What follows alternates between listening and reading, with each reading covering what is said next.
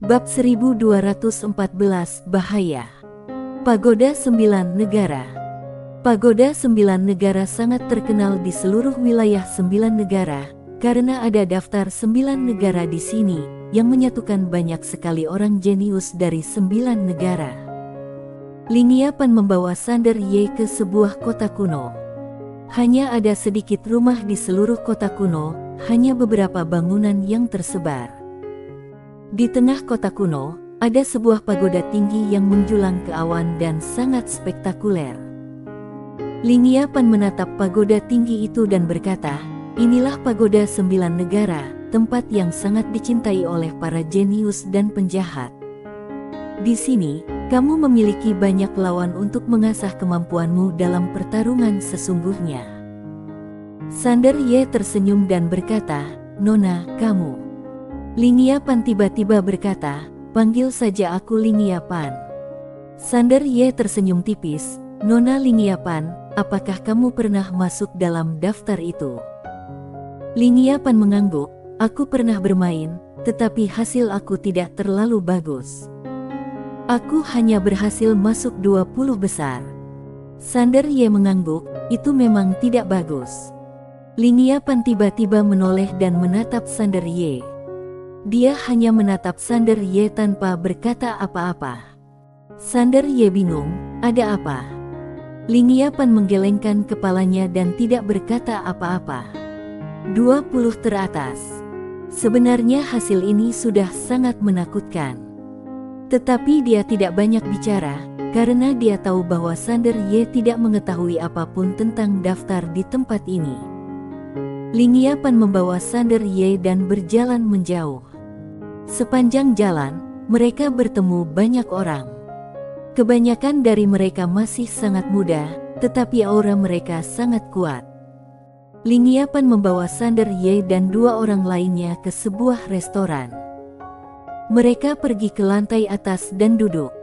Kemudian seorang wanita berbaju hijau masuk. Ketika dia melihat Lingia Pan, dia tersenyum dan berkata, "Lingia Pan, apa yang membawamu ke sini?" Lingia Pan tersenyum dan berkata, "Aku mengantar teman ke sini dan datang menemuimu." Sambil berbicara, dia memandang Sander Ye dan 2 orang lainnya sambil memperkenalkan mereka, "Ini Lin Lo Lin, orang yang baru saja kami rekrut. Yang di sebelahnya adalah Sander Ye, kakak perempuannya adalah Angel Ye." Angel Ye. Begitu kata-kata ini keluar, mata wanita berbaju hijau itu tiba-tiba membelalak. Dia menatap Sander Ye, "Apakah kamu saudara laki-laki Angel Ye?" Sander Ye tersenyum tipis, "Ya." Ekspresi wanita berpakaian hijau itu tiba-tiba menjadi aneh. Melihat ekspresi pihak lain, Sander Ye tiba-tiba terdiam. Mengapa orang-orang ini memiliki ekspresi seperti itu ketika mereka mendengar nama kakak perempuannya, Angel Ye? Wanita berbaju hijau itu menatap Sander Ye dan berkata sambil tersenyum, "Memang, mereka mirip." Lingia Pan menatap Sander Ye, "Namanya Kiran Helian, dan dia kenal kakakmu." Sander Ye tersenyum dan berkata, "Nona Ki, senang bertemu dengan kamu."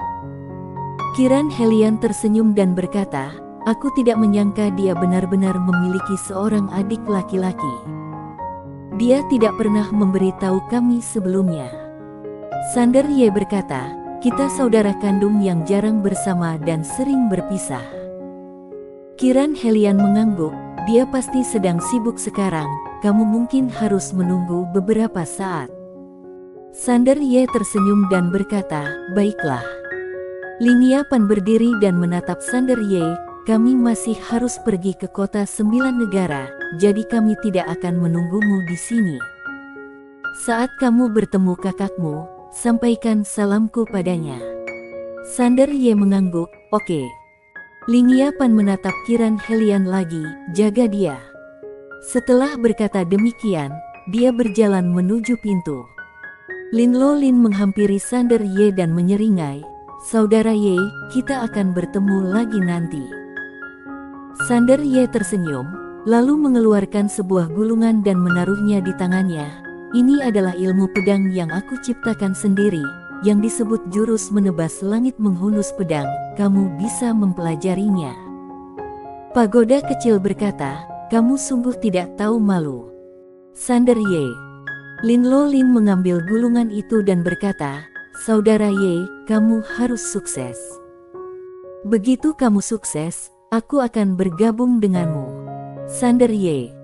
Setelah Lingia Pan dan yang lainnya pergi, hanya Sander Ye dan Kiran Helian yang tersisa di ruangan itu. Kiran Helian menatap Sander Ye dengan seringai tipis di wajahnya. Sander Ye menggelengkan kepalanya dan tersenyum, Nonaki, aku merasa sedikit tidak nyaman saat kamu menatapku seperti ini.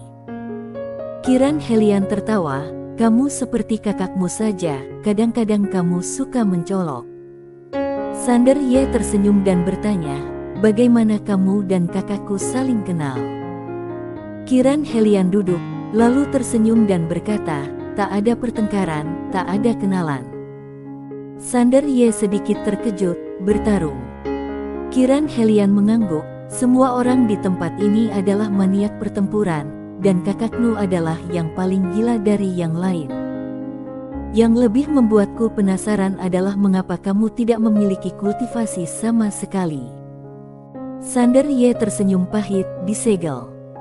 Kiran Helian menatap Sander Ye, dan tiba-tiba, dia meletakkan tangan kanannya di bahu Sander Ye.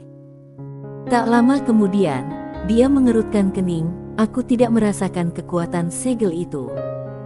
Apakah karena orang yang menyegelnya terlalu kuat, jadi aku tidak bisa merasakannya? Sander Ye tidak mengatakan apapun. Kiran Helian menarik tangannya kembali dan berkata sambil tersenyum, sangat berbahaya berada di tempat ini tanpa kultivasi apapun. Jadi jangan keluar dan berkeliaran selama periode waktu ini, jika tidak, kamu akan diganggu. Sander Ye mengangguk, oke. Kiran Helian berdiri dan berkata, ketika kakakmu keluar, aku akan memintanya untuk datang menemuimu. Tempat peristirahatanmu ada di lantai pertama di bawah. Sander Ye tersenyum dan berkata, terima kasih. Kiran Helian melambaikan tangannya, sama-sama. Setelah berkata demikian, dia berbalik dan pergi. Sander Ye adalah satu-satunya yang tersisa di ruangan itu. Sander Ye berdiri dan berjalan ke jendela. Dia melihat keluar jendela dan melihat pemandangan yang tak berujung dan sangat luas. Di kejauhan, berdiri sebuah pagoda tinggi. Sander Ye berkata, Tuan Pagoda, seberapa kuatkah kultivator pedang sebelumnya? Pagoda kecil berkata, sedikit lebih buruk darimu. Sander Ye tertawa. Kekuatan Dewa Pedang itu memang bagus, tetapi dia tidak dapat melukai Tuan Pagoda. Tetapi, jiwa pedang dia saat ini dapat melukai Tuan Pagoda. Bagaimanapun, jiwa pedang-pedangnya saat ini setara dengan 90% kekuatan pedang King Xuan. Sederhananya, jika kekuatannya dapat dipulihkan, dengan kekuatannya saat ini di wilayah 9 negara, bahkan jika dia bukan yang teratas, dia akan berada di atas rata-rata. Yang paling kuat seharusnya tetap Zenus Pan dan yang lainnya, begitu pula pendeta Tao dan biksu. Mereka adalah orang-orang terkuat yang pernah dilihatnya. Sander Ye tampaknya telah memikirkan sesuatu dan tiba-tiba datang ke pagoda kecil itu. Dia menemui Zala, yang sedang duduk bersila di tanah. Fluktuasi energi spiritual yang sangat kuat terpancar dari tubuhnya. Praktik. Sander Ye melihat Zala. Sekarang Zala telah menjadi peri Suiwe. Peningkatan alam ini sangat mengerikan, tetapi juga normal karena Zala berlatih di pagoda kecil. Pada saat ini, Zala tiba-tiba membuka matanya. Dia menatap Sander Ye. Sander Ye bertanya, sudah bangun? Zala tiba-tiba mengeluarkan ketel, lalu mengeluarkan sebungkus mie instan dan menyerahkannya kepada Sander Ye, ayo masak mie. Sander Ye tertawa. Dia menemukan bahwa gadis itu benar-benar ingin makan mie sekarang. Sander Ye duduk, menyalakan ketel dan mulai memasak mie untuknya. Sander Ye berkata, kita sekarang berada di 9 negara. Apa kesanmu tentang tempat ini? Zala berkata, aku punya sedikit kesan, tapi aku tidak dapat mengingat apapun. Tapi, Sander Ye bertanya dengan tergesa-gesa, tapi apa?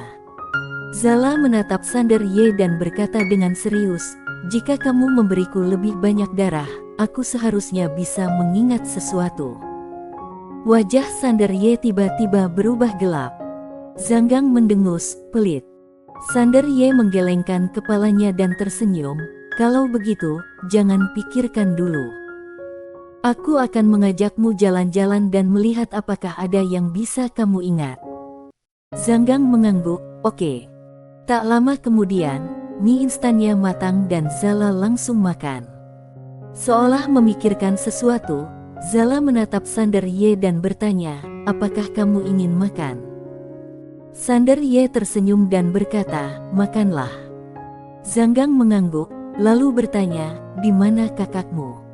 Sander Ye tersenyum dan berkata, mengapa kamu tiba-tiba bertanya tentang dia? Zala berkata, kita kehabisan mie instan. Ekspresi Sander Ye membeku. Pagoda kecil. Sander Ye sedikit terkejut, semuanya habis. Zanggang mengangguk, tidak ada lagi. Sander Ye sedikit bingung, kakak meninggalkan banyak mie untuk kita. Pagoda kecil berkata, dia memakannya setiap hari, bagaimana menurutmu? Sander Ye tidak bisa berkata apa-apa. Pagoda kecil melanjutkan, aku juga mengaguminya. Dia tidak pernah bosan memakannya selama ini.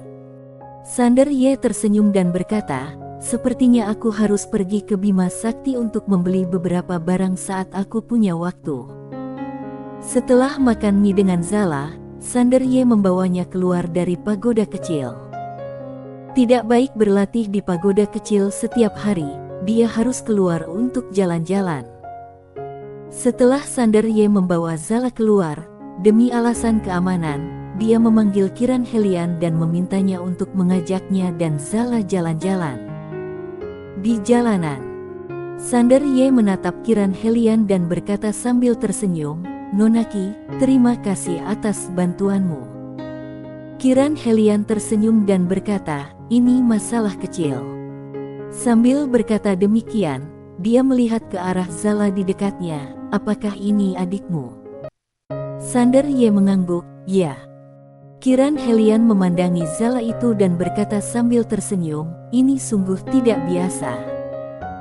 Sander Ye tersenyum, lalu melihat ke arah Zala, yang tengah memandang sekelilingnya dengan rasa ingin tahu.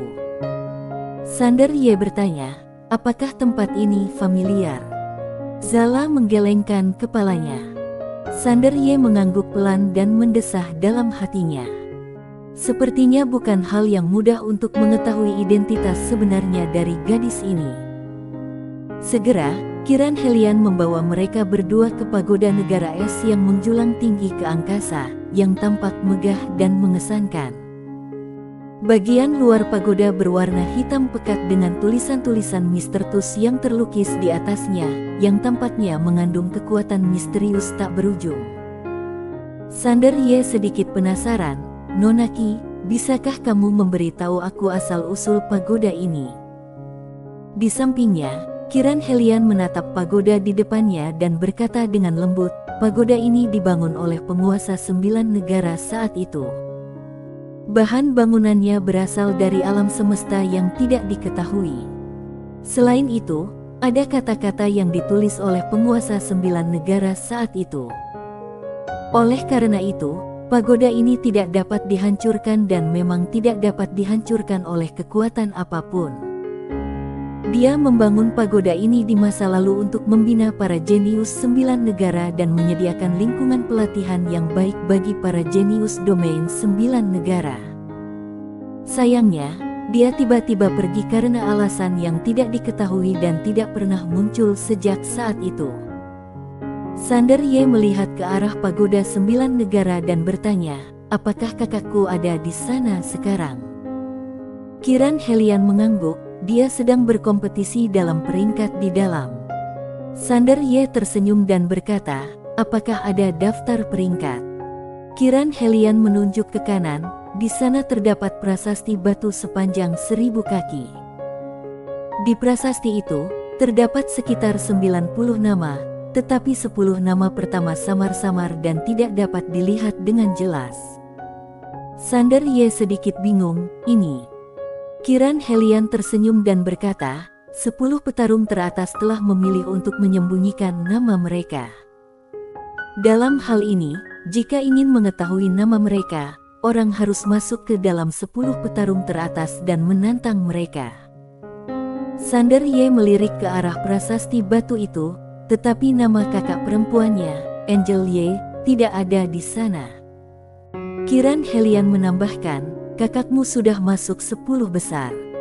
Sander Ye hendak berbicara ketika pagoda kecil tiba-tiba berkata, bahaya.